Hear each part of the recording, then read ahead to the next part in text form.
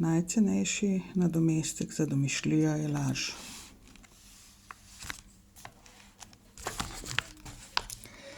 Lažje je verjeti 100-krat slišani laži, kot prvikrat slišani resnici.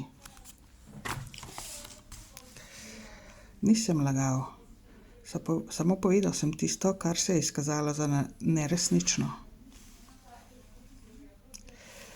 Kdor se zlaže, ne ve, česa se loteva, saj si bo moral izmisliti še 20 laži, da bo podprl prvo.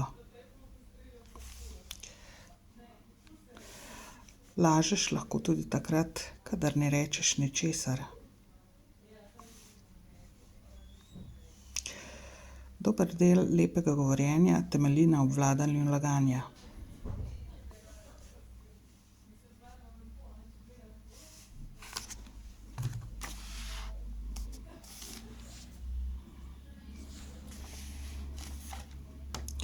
Lažje je verjeti 100-krat slišani resnici.